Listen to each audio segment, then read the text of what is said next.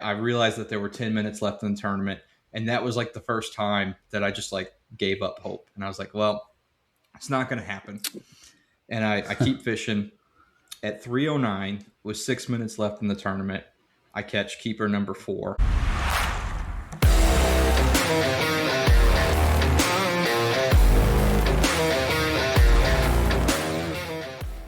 Welcome back to the Kayak Bass Connection Podcast, the official podcast of the Southern Illinois Kayak Club. So I am your host, Jared, but I'm really thrilled tonight. I have a co-host tonight.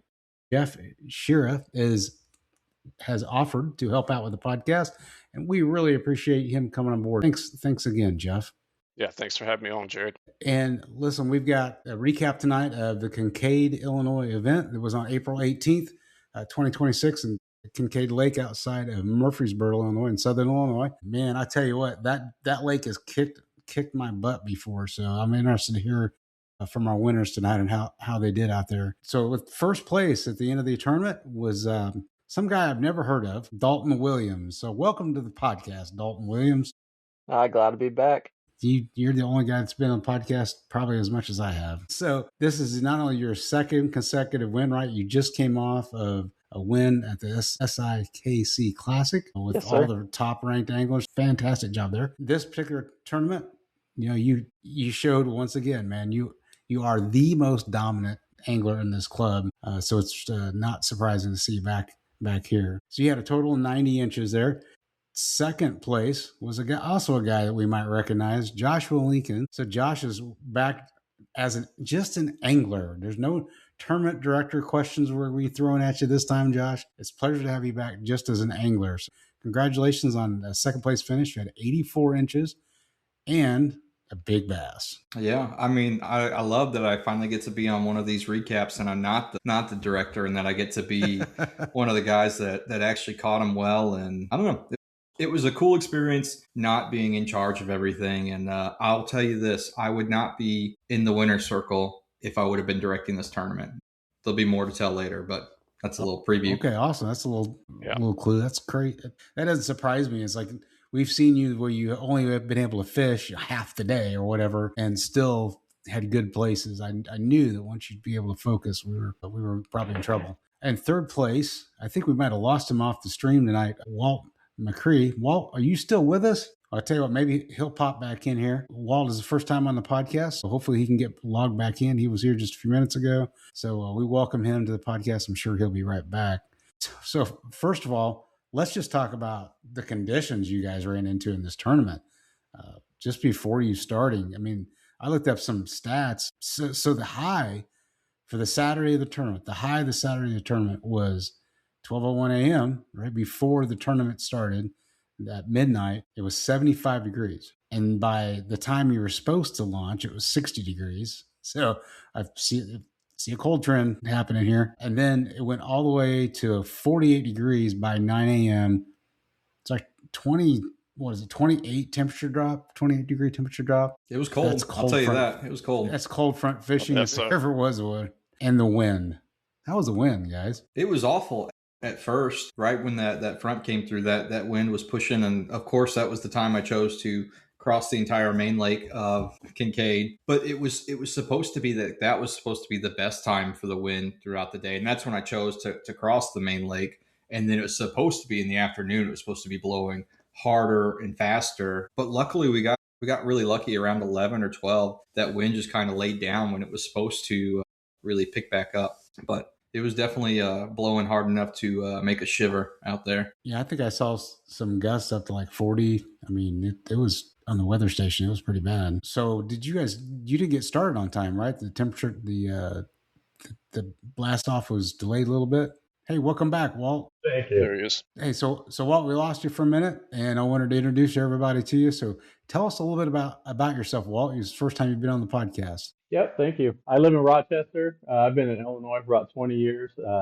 Started bass fishing in Colorado, so a lot different than out here. I did the bass boat thing forever. And then last year, just decided to get into the kayak thing. Did a couple online tournaments, and then my first tournament was the Bass Nation Championship. So Kincaid was my third You're third. Man, we might have trouble with you. You get a little more kayaking experience underneath you. So that's It's awesome. been a lot of fun. I'm addicted to it. Heck yeah. Still got the boat? Yep, still have the boat. All right, It doesn't great. get much use anymore, though. Yeah. What kind of kayak are you in now? A bonafide PWR. Yeah, sleek boats for sure. Yeah. Better on gas So- too than your boat, I imagine. Absolutely, that's the best part. Yeah. So kind of go back to launch. You guys were delayed, right? Yeah. Was that due to weather mainly? Yeah, Jonathan was That just wind? taking everything precautionally, making sure it was 100% safe to get us out on the water, making sure that, because that front was pushing through overnight and it just kind of got the tail end of when we should have launched, which I think was like 6 a.m., right? I'm not 100% I sure. think that was correct. But we pushed back to what, like 7:30 launch? Or right at like 7, Okay. A little more bearable, but you said it was still pretty rough when you were going across the lake. Yeah, I think the worst weather I dealt with the entire day was when I pushed off from the launch and started making my way out. So hindsight being 2020, I'm sure Jonathan would have kept us on shore for an extra 20 more minutes and then sent us out. Well, that's the part of being a director, right? Yeah, it is. It's a decision you didn't have to make. No, but no, I was happy to not have to make that decision. So what was the fishing like first thing in the morning? You guys have immediately start having luck, or was it a struggle? I caught my first one in the first 10 minutes, about a 17 and a half. I mean, I had a good morning. I would say 30 minutes to 45 minutes into the tournament, I had 82 inches already. Wow. I caught a dink on my second cast of the tournament, and I was like, man, this is going to be a good day. And then I don't think I caught another fish for 5 hours, 6 hours, felt like. Yeah, I caught my second one a half hour in, and then I didn't catch my third one until 12:30, 12:45. So how did you guys try to make adjustments? I mean, literally just had that front come through right as you launch, or right when you're supposed to launch. Did you make any adjustments throughout the day that you think paid off in the end? Yeah, when we were pre-fishing, I was actually catching fish on a Carolina rig and just kind of pitching around, and I couldn't get any of that. So I just decided to pick up the jackhammer and grind. All right. What about you, Dalton? How did your changes go throughout the day? You said, well, I don't know. You started out good, so. Yeah. Well, I threw a Cinco most of the time because I couldn't see the beds yet because of the wind and the rain, and I got most of them off of that Cinco. Then once the wind and the rain kind of stopped, I could actually see the beds, and I started flipping a jig at them. Josh, how about yourself? Man, I struggled most of the day. I mean, I caught a lot of little fish all throughout the day. Right, kind of like Dalton said, once the sun came out, I was in an area that was just loaded with bedfish, and I probably wasted way too much time of my tournament just kind of standing up fishing for bedfish that as soon as my lure would land anywhere near them, they would just take off. But they were addicting to fish for, because I was passing over 3, 4, 5 pounders. I saw one giant fish, but I couldn't get any of them to react. And my big turning point of the day was when I put away everything else and I just picked up the Cinco and said, okay, hey, I'm going to back off of these bedfish and start fishing some deeper shorelines. And that's when I finally started clicking. Nice. How was the water clarity out there after the sun came out? What kind of like visibility and stuff were you looking at? I went pretty far west, and I had up to like 5 feet of visibility, just crystal clear water. What about you, Dalton? That's what I had, about 4 or 5. Then as the day went on, it just kept getting worse. All the muddy water and stuff. Yeah. Coming in from the rain. Yeah. Yeah, it looks like a lot of people struggle. I mean, we had 45 anglers in the field. Only 12 of those submitted a 5-fish limit. So that's pretty impressive. The only 3 that broke 80 inches, I think, were on this podcast. Yeah, I was going to say, Dustin, after the classic podcast, and he say they felt like Kincaid was a place where you seem like you have a terrible day, and then you check the standings and you're 70 inches or 75 inches, get you into the top 5 and might get you a check or something like that. Yeah, I've always, in the 5 tournaments we've held at Kincaid, it's always been a find your 5 fish type of guy or day, and those anglers that can find their 5 fish that can just end up putting that that Cinco in 5 spots throughout the day where there should be a bass typically rise to the top, because it's not typically I'm going to go throw a chatterbait all day and catch fish. It's very kind of strategic on what you're going to do, at least for me. Right. Makes sense this time of year, especially with so many of them sitting on beds and stuff like y'all were able to find. You think those ones you got, Josh, were, kind of backed off waiting to come in, or you think they'd already came and gone? I think if you look at like the 20.5-inch fish that I caught, really looked spawned out. It wasn't a super fat fish. So I'm thinking those, at least the fish that I was fishing for, were almost maybe post spawn. I don't know. About what was your water temperature, guys? Do you remember the range you were operating in? Do you remember, I Walt? think upper 60. Yeah, No, upper I 60. don't. Yeah, I was somewhere in the realm of like 66 to 68 degree water temp anywhere. Wow. I barely even use my fish finder. I didn't even look at it. Dalton's just Now, one Dalton, with the I thought I force when he noticed gets out there. He's meditating and getting on them. he just feels the fish, right? Right. So, Dalton, I was looking at some of your submission pictures. Did you get a new kayak? Yes, I did. What do I you- picked it up Tuesday, like 3 days before the tournament. No kidding. What are you rocking? I'm rocking a Hobie Outback. Nice.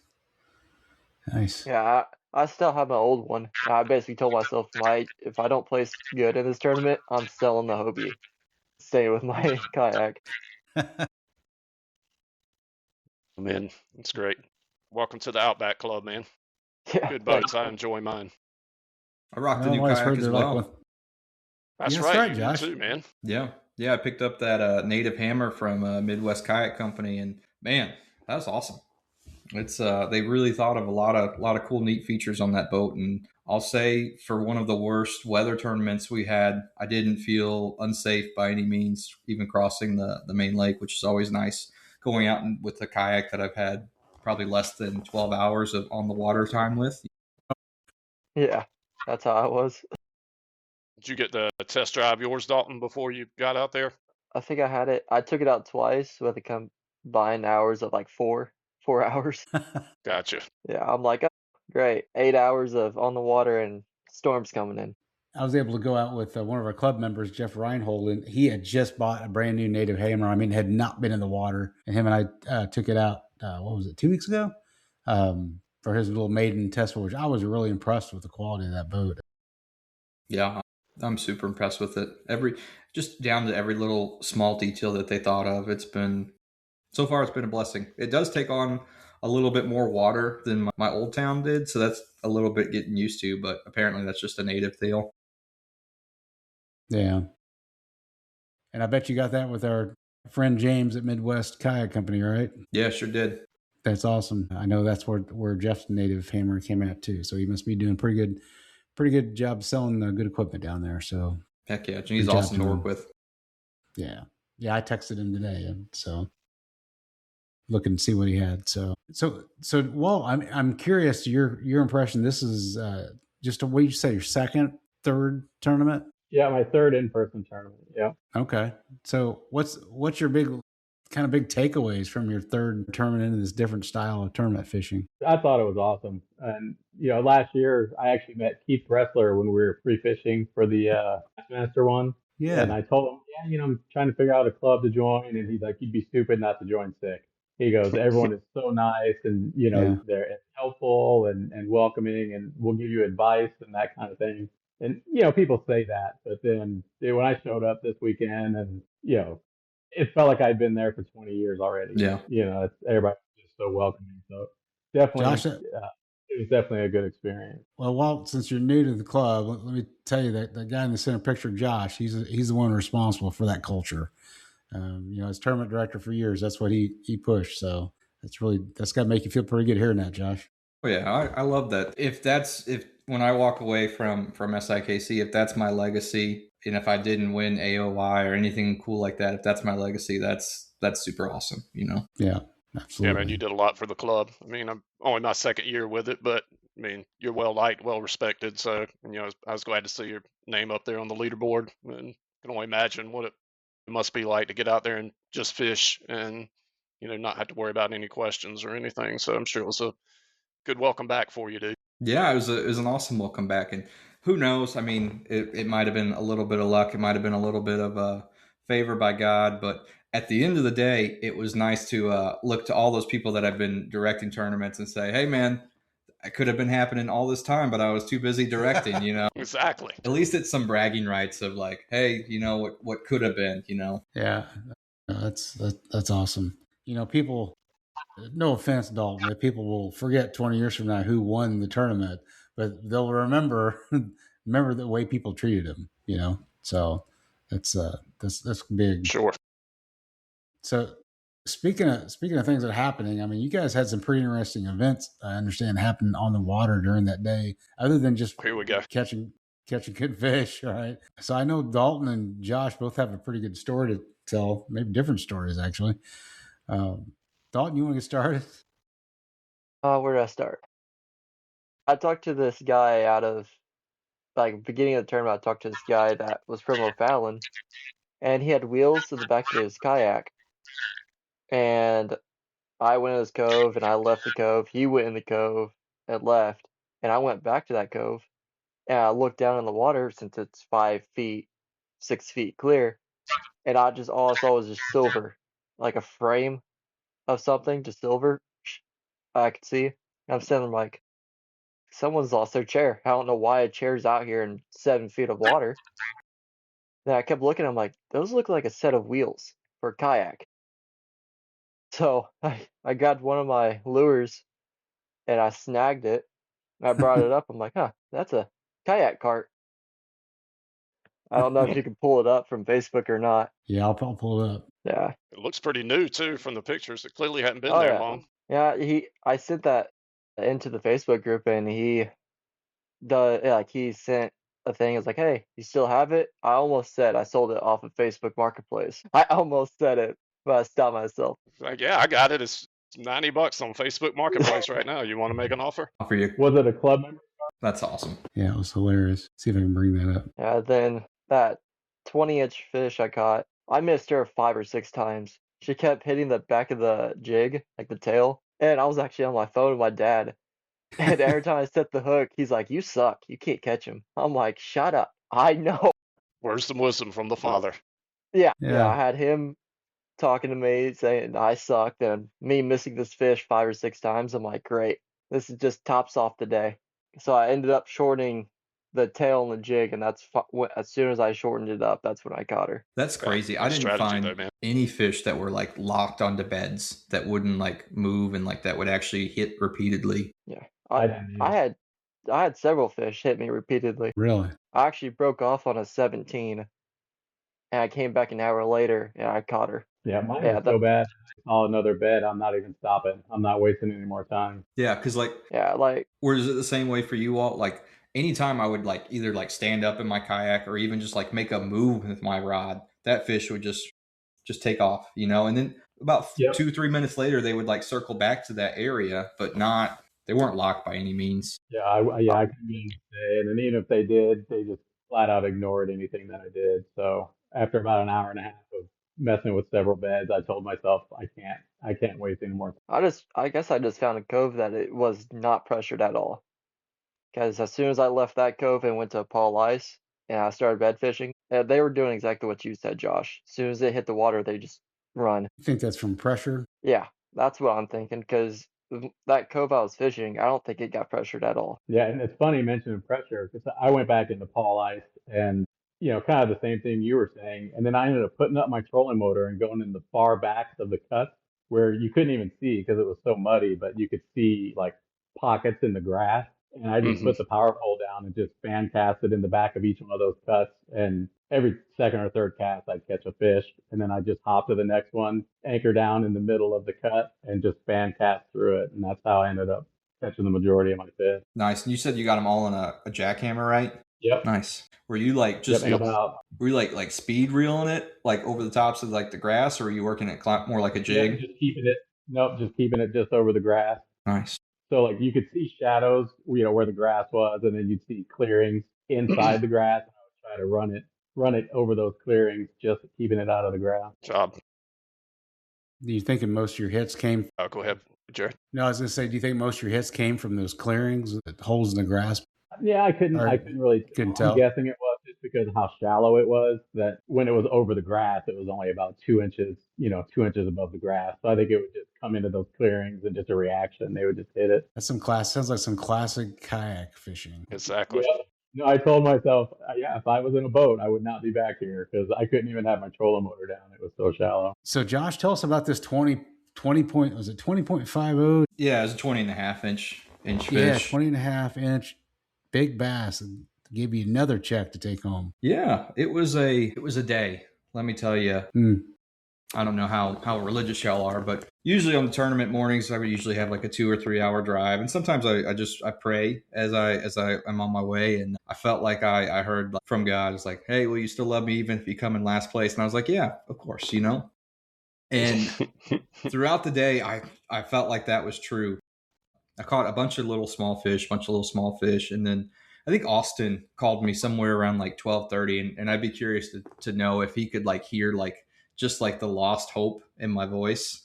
I was shivering. A keeper fish. I was like, I'm gonna come in last place in this tournament, and I just like had lost all hope. And then I kind of ditched the bed fish, and then I started fishing, and I caught my first fish at 12:47, and then I followed it up with my second fish at 12:54. And then I was like, okay, I'm on to something. And then I went another like hour before I caught that third fish at 1:59, which was that 20.5. So I went from like, I think it was like a 16.5, 17.25, and then I got that 20.5. So I had 3 really high quality bites, but I was like, okay, hey, I'm figuring something out. Is it just a little bit too late in the day? So at 20.5 inch fish, and then it was at 2 o'clock basically, which gave me an hour and 15 minutes to find those last 2 bites. And at that point I was like, yeah, I got it. I'm going to go. And because I figured out whatever the pattern was, and I'm going and I'm going and I'm going and I'm going, and time is just slipping away from me. And there's actually a cool part, and I'm going to put it in my YouTube video, is I pulled out my phone and I looked at the time, and it said, I think it was like 3:05. And I realized that there were 10 minutes left in the tournament. And that was like the first time that I just like gave up hope. And I was like, well, it's not going to happen. And I keep fishing. At 3:09, with 6 minutes left in the tournament, I catch keeper number 4, which was like a 13 something. And I was like, at that point, that gave me the fire. I don't know if I've ever taken a picture as fast of a fish. I flipped it in, took one quick picture, barely even talked to the camera, threw it back in there, and I was just renewed. I was like, this is going to happen, and keep fishing. And I hook into my 5th and final fish at like 3:14 or 3:13.5, whip it into the boat. The picture that was submitted was taken at 3:14 and 18 seconds. Holy cow. With literally 40 seconds to go into the tournament. And it was just one of those deals. Like if I would have been tournament director, I would have been back at the launch an hour prior to that. So it's just like one of those cool stories of like, you're never out of a tournament. You can always keep going. And I'll be honest, at that point, I was just happy to get my 5th fish. I didn't know that I was this high in the standings. I didn't look at the standings once all day. I just knew I got my 5 fish. So then when I got back to the launch, and I didn't really even talk any kind of like shop with anybody. I just kind of put my kayak away. And then when the award ceremony came and they called me top 5, I was like, oh, cool. I made 4th or 5th place, And then they went through like everybody's inches, and I was like, oh, okay. So it was fun. Very nice. Dalton, you had one that was almost that big, didn't you? You had that 20. Very nice. Yeah, that's the one I missed 5 or 6 times. I had to tease you a little while before. Yeah. I would say every bedfish I saw that morning in that cove, I caught. Was your 20? That's important. Was it a fat fish, or was it all like spawned out? I would say it spawned out. I can't really remember, but I think it was spawned out. But that one fish I caught, or I guess snapped off and caught, that bed had 3 females on it. Dang. Wow. The other 2 were just on the outskirts of it, and while the other one was just sitting around the middle. And the 2 on the outskirts would not touch anything. Maybe the males were somewhere. And they had to step in and guard. Yeah, as soon as I caught that 17, I let her go. One of the females stepped up and got into that bed and kind of guard it. So territorial creatures, man. When it comes to that, pretty awesome. Yeah. So were you guys expecting it was going to be a bed tournament pretty much when you got into it? I know that Walt, you said you started there and kind of decided that wasn't, at least where you were at, wasn't going to work for you.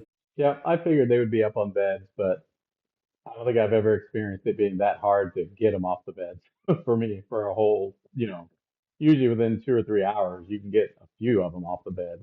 Even the two I had early weren't on beds. I was just fishing until I could see them. I think Kincaid gets quite a bit of that boat pressure. Usually there's tournaments about every weekend this time of year, I think. Yeah, it gets added boat pressure because it's one of the few lakes in southern Illinois where there's no horsepower limit. So all the big bass boats can actually go out and they can use that lake for tournaments. Well, yeah, and the day before ours, we had that 70 boat high school tournament. Yeah. Was there a lot of boat traffic on Saturday? I imagine there wasn't early in the morning, but I wouldn't say a whole lot. On Saturday, no. On Friday, it was crazy. Yeah.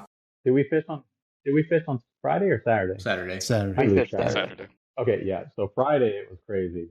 Saturday it was. I didn't experience too much boat traffic. Yeah, I the whole tournament I saw one boat and I saw one kayak out of a field of 45. But I went a ways. I covered some ground. I think I've seen 10 or 15 bass boats, and that's it. So Walt, you But in your pre-fished. Go ahead. After you, Jerry. No, I was say Dalton. So in your cove that you had a lot of luck in, though, it was just you. You said you didn't think it got pressured at all. No, like every time I was in that cove, the bass boat will kind of go in there, but they'll stop like halfway, then they just turn back and go out. And I'm sitting there, I'm like, thank God you turned around. I think they're Go holding it in somewhere there, like else. they're scoping it and then turn around and leaving. Every one I've seen was beating the banks. Okay. And like I had 5 or 6 other kayakers that fished that cove too, and they were doing the same thing. But those bedfish were pulled off of the bank probably a good 15 yards. And so they're going right on top of them. I'm sitting there, I'm like, you're scaring every bedfish, and you have no idea that you're going right over the top of them. Jeff, did you have something? Yeah, I was just gonna say. Obviously, Walt, you pre-fished on Friday. How'd it go for you? I got a small limit. There were so many boats and stuff out there. When I was up close to shore, every bed I saw was completely empty. I didn't really have anything, so I went to the outside grass edge, actually throwing a Carolina rig, and that's how I ended up catching a limit pre-fishing. Nice. Josh, were you working, man, or did you get to fish Friday too? Oh man, I work every Friday, but sometimes I feel like that plays into my advantage, because I just show up and I fish what the conditions present to me. Because I think the last time I fished Kincaid was our tournament back in like 2023. So I show up, looked at what the lake was presenting me, and kind of fought until I found a pattern. Yeah, I can relate to that. Recently, at least. What about you, Dalton? Did you fish Friday? I don't pre-fish. Okay, got you, man. Yeah. Well, yeah, you'll learn that I don't pre-fish at all. Fair enough. Again, might be the Jedi Master out there or something with the fish. So what do you guys what are you looking forward to here in the next few months? We got the tournament. This is kind of kick off the tournament trail season, at least for the Southern Illinois Kayak Club. What other than our events, what else are you guys looking at doing? I know, Walt, you said you're getting ready to take another trip, right?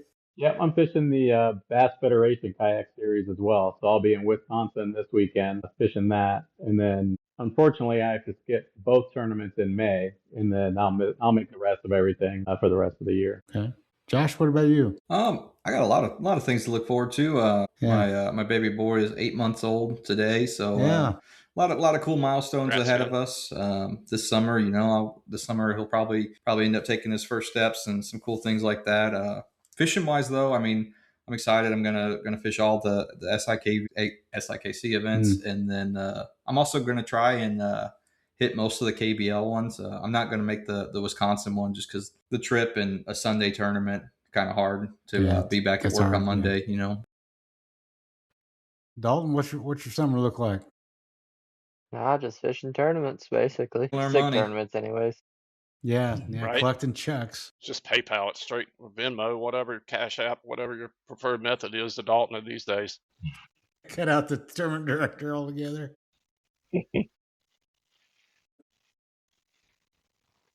I felt bad. I caught that 20. Then the MLF guy, he was struggling, so I gave him one of the Cincos I was using, and it caught at 19 or 3/4. And he's like, I think I got big bag. I'm sitting there, I'm like, Are I you? got a 20. I don't think you do.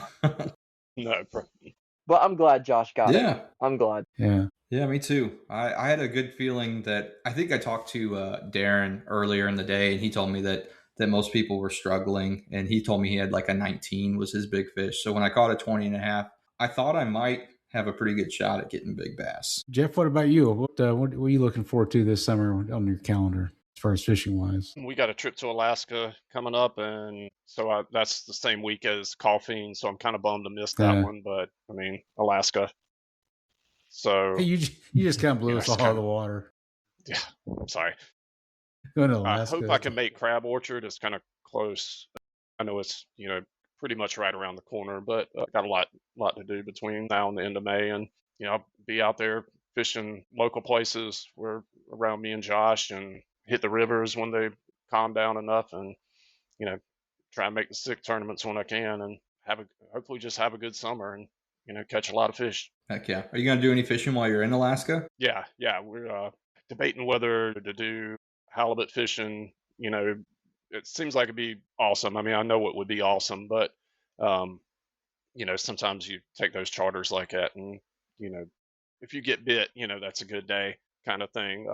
But there's a couple other options besides that. We could always do one kind of the party boat almost, with like a couple other people, or maybe a dozen other people, and just catch little fish, whatever's running at the time, and have a few drinks and make it chill, have fun with everybody. So we'll see what happens. Okay. For sure. Looking forward to it. Sorry, guys. I got a call I got to respond to here real quick. I got to say, one of my goals this year coming in was to get on this podcast. So I'm glad I was able to knock that one out pretty quick. Heck yeah. It's always a great goal. Yep. Absolutely. I will I'd say, like to catch my first muskie this year too. That'd be nice, but not the weather for them. I will say, Catching Walt, new species is always fun. you did it. Yeah, it is. It's I was going to Jojo. say, Walt, you did it in a much harder realm of SIKC to place, right? So like all these guys that have stickers, including myself, like got a third place sticker, and sometimes it was like maybe it was only 18 people showed up to the tournament. So like to get a top 3 in one of I think it's our second largest field we've had. So I mean that's pretty impressive right off the get. Do you get a sticker for third place too? Traditionally, yeah. Oh, nice. Yeah, I talked to Kessler. He has all of them made. Okay. Yeah, very nice. Yeah, So and my other goal, rookie of the year, and I think Jonathan said there's 25 rookies this year, so we're gonna have to earn Big it. class, So yeah. that'll be Whoa. awesome. Yeah, it's a big field. Yeah. Dang. It's a great thing. It means our club is growing. It means people are Yeah. interested. That's a goal that every veteran of SICK just has to kind of take in there, and hopefully they're hearing this, that to be extra welcoming and extra open to our biggest class of rookies ever. So I mean that's a lot more people that are coming in that just the director can go around and shake hands and introduce. So that's on everybody to make sure everybody feels open and welcome. And that's something as simple as just asking them how their day went, what'd you catch them on, and being intentional, not just saying it and just trying to think about what you're going to say in response, but like actually like being there in the moment and being present, goes a long way. Exactly. Not asking because you want to talk about yourself, asking because you genuinely care about how they did and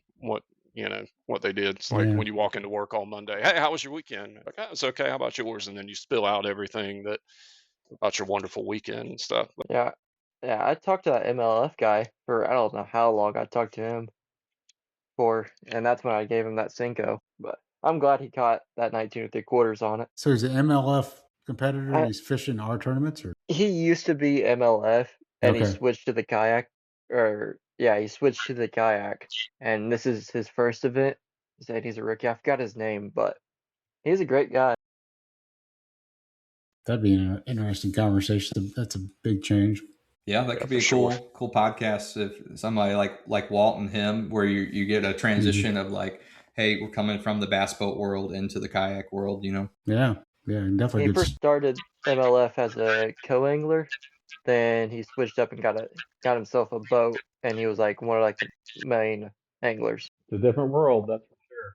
Yeah, absolutely. And I mean, it goes to show you what a diverse field you have there just taking the water. I mean, you've got, I'm sure, people that have barely caught any bass, and we've been preaching the entire time. You don't wait till you're good enough to get in a bass tournament, at least in a kayak, in a grassroots. If you can afford the entry fee, it's probably the best money you could spend to learn. Yep. I mean, like, learning from this club is amazing because no one keeps secrets around here, really. No, maybe a little bit on a pre-fishing tournament day. Somebody might have a little bit of tight lips, but the second the tournament starts, everybody's telling everybody everything, you know? Yeah, definitely. So speaking of that, I always like to leave with big little tidbits that a rookie or a new fisherman, a new kayak angler can take away from our conversation today. So I'm going to ask each of our top 3 competitors here. It's like, if you had one piece of advice that you could throw out there that would help someone who's maybe that was their first tournament. We got 25 rookies in this field. Maybe that's the first time they've actually paid money to go fish. They've got a kayak they went out and bought, so now they're in the heat of it. So what would be one piece of advice you could give them? I'm going to ask Dalton to start. I know you've got tons of advice, right? You've got trophies everywhere. Right. Don't get discouraged off your first tournament. Learn from the people that won tournaments, or just learn from people around you that's catching fish, and just always shoot to catch 5 fish. That's how I always look at it. If you get your 5, there's a high chance you're gonna get at least top 10 now. I would say a couple years ago you get top 5, but how this club has expanded, I would say top 10 if you get 5 fish. Very good. Josh, you've given away a lot of great advice in this podcast. You got anything left? Yeah, I mean, I know it's probably coming full circle, but my big piece of advice, if that was your first tournament or any tournament regardless, is never give up, right? It would have been real easy at 6 hours into the tournament. I was cold, I was shivering, it was windy, I didn't have a single fish on the board. It would have been really easy just to say, you know what, it's not my day, pack it up and go home, sit in the warm truck, warm up a little bit. But no, you keep fishing and cool things can happen, right? You can catch your last keeper fish with 40 seconds to go. That's a great story. That'd make a great video. Can't wait till that one comes. Oh, it's going to be awesome. Yeah. Everybody check it out on Lincoln Fishing on YouTube. Yes. Walt, what do you think? Yeah, and I was actually going to, piggyback on what Josh said. Don't give up. I don't think I can remember being as cold as I was halfway through that. I left my hat in the car. I left my coat in the car. And 11:30, I had 2 fish that I was just shivering down to the core, and was debating my life decisions on being out there. Finally, I just pulled up a chart on the graph and just said, what haven't I done, because this isn't working, and just made an adjustment and fished till the end, and it worked out. So just keep on grinding, and it'll come. Very well said. Well, guys, I want to thank you for your time tonight. And this has been a pretty interesting wrap up of a very tough tournament that you guys came out on top of.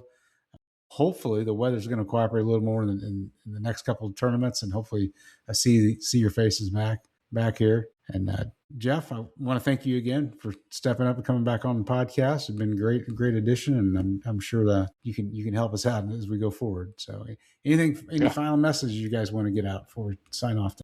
I'd like to encourage everybody watching, and you 3 there as well, to sign up for the High Five Challenge, because Kessler pushed it back another month because we're looking for more people to sign up. If you didn't see that in the SIKC newsletter, that's like the replacement for like the monthly species tournament last year. So I can't remember what the exact qualifiers are, but there's bass, catfish, bluegill, and crappie this year. I think it's just those 4, and so it would run from, I think, May to either August or September, and it would be your biggest fish out of each of those. And there's multipliers for each one, and you can use any public water in Missouri and Illinois. So, be a good way to get out there, and like Dalton catching muskie, maybe Josh gets out there and catches state record bluegill, might be a chance to get another paycheck out of it and everything. So I had fun with it last year, and I know like Kendall, I think he was the one that won it last year. Yeah. He he had fun with it too, and those of us that signed up enjoyed it. So I hope other people will do the same, so we can run it back this year. Yeah, I missed that. I'll definitely jump in. Yeah, great message. So yeah, if anybody wants some additional information, it's probably going to be on the website, sikcfishing.org. Really good website that has been put together. So even if you're not interested in that, take a look at the website. It's pretty impressive. I'm watching it now, watching Josh here do some pedaling across Heck the yeah. on the website. So it's pretty good. So please, if you're watching this, you enjoy this, you know somebody that may also get some value out of these conversations, share it with them, post it on your social media, help promote our club and just safe, good kayak fishing as well. So, without any further ado, we're going to sign off for the night. Gentlemen, thank you so much for your time. Thanks for having us. Thank you. Thank you. Thanks. Thanks again, fellas. Y'all have a great night. You too. You too. All right.